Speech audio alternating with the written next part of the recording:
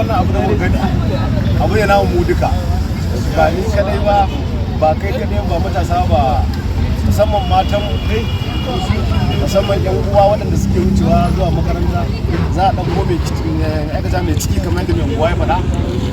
kafin ta wuce nan gurin sai ran ta ɓaci ko kai lokacin da ke da dama ka taimaka lokacin da za ka taimaka saboda wannan abu ne na dama duk wanda ke da abin da zai iya wasu al'umma na kusa da shi shine ya kamata ya yi wani ma ya yi ma wani ma wani shine za a zauna lafiya to na yaka cewa cikin ikon Allah muna ganin Allah da wannan aikin ba ma so ya wuce kwana 10 wannan titin sai ya tabbatar ya canza kuma ya ne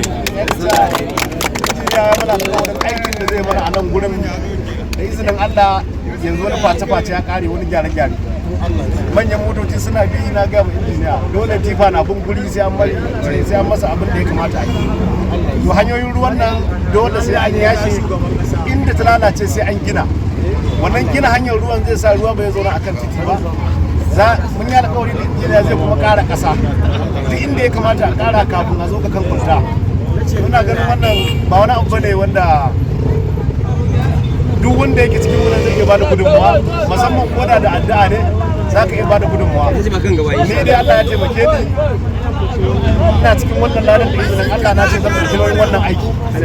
wanda za a yi na wannan titin turmanawa yanguwa alhamdulillah ya goyi bayana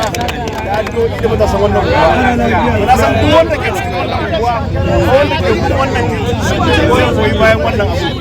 to muna fatan ko da addu'a ne mutum ya taya mu kuma insha Allah wannan abun za mu yi shi yadda ya kamata ne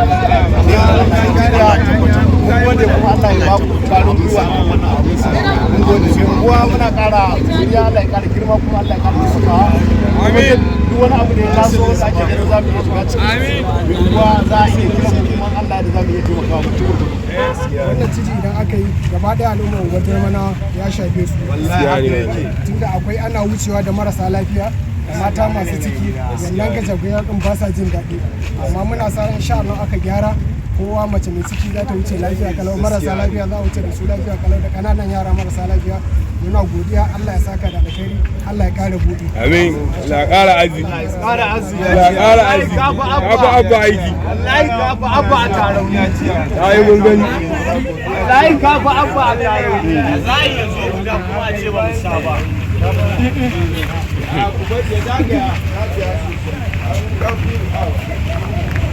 ka ba mana wasu jajayen wurina idan an samu wannan mita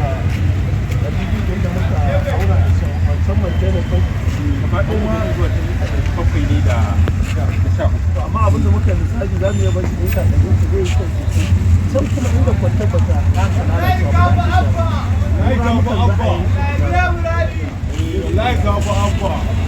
amma da farko yanzu ne za a sha da